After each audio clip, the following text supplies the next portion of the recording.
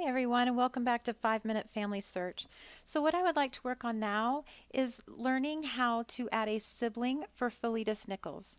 So we are on his main page and I am just going to scroll down here until we see his mother and father and his siblings down here in the middle of the page.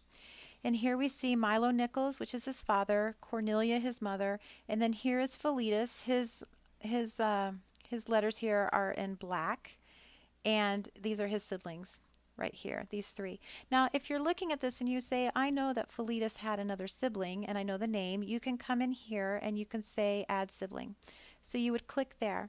Now, when you are putting in information like I spoke about in previous videos, you want to make sure that you keep your search general because the computer, if you are too specific and put in the first name and the last name and the birthplace and the birth year and the death date and the death place, even though it fills in all of the boxes, it can confuse the computer because the computer may recognize a Sarah Nichols that was born in West Virginia, but it might have a different death place. And so it's going to say, no, that's not the same person, when in reality, it is the same person.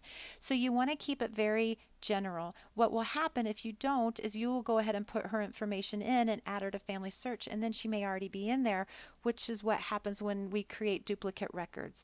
And that means that that one person, Sarah, would have more than one record. And that, unfortunately, is how ordinance work will get done for an individual multiple times. And so in this, we are just going to put in Sarah. And since we didn't in the past videos, we're going to go ahead and put in a last name. Now, I know that she would be a female, and like I said, we're making this up, so we will delete this. We're not going to keep it. And I'm going to say that she's deceased, and I'm going to say that she was born in West Virginia. And even though in my mind I know all the other information, I'm not going to put that in because I want to keep it very broad. The computer offers West Virginia, United States. I'm going to click that. And I'm going to come down here to next. If I knew her ID number, then I would go ahead and click that and I would just type in her ID number and it would take me directly to her.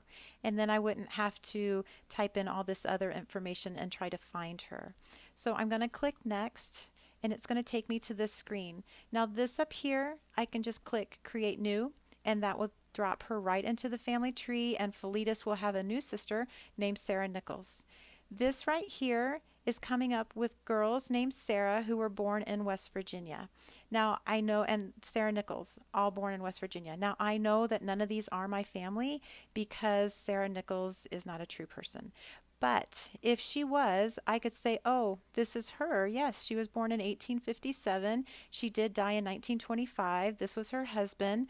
This is her father, her mother. That's great. I can just click right there, add person. And that will take all of that information and it'll put it into your family tree and you will have Sarah Nichols. Now, if you didn't find her in here and you're pretty sure that she is in here, you could come back to refine search and you could put in more information, like you could put in her death place. And then when you did that, when you would click next again, it would take you back to the screen we were just on and you could scroll through there and it would have taken all of the other Sarah Nichols off that didn't have the same place of death as your Sarah Nichols.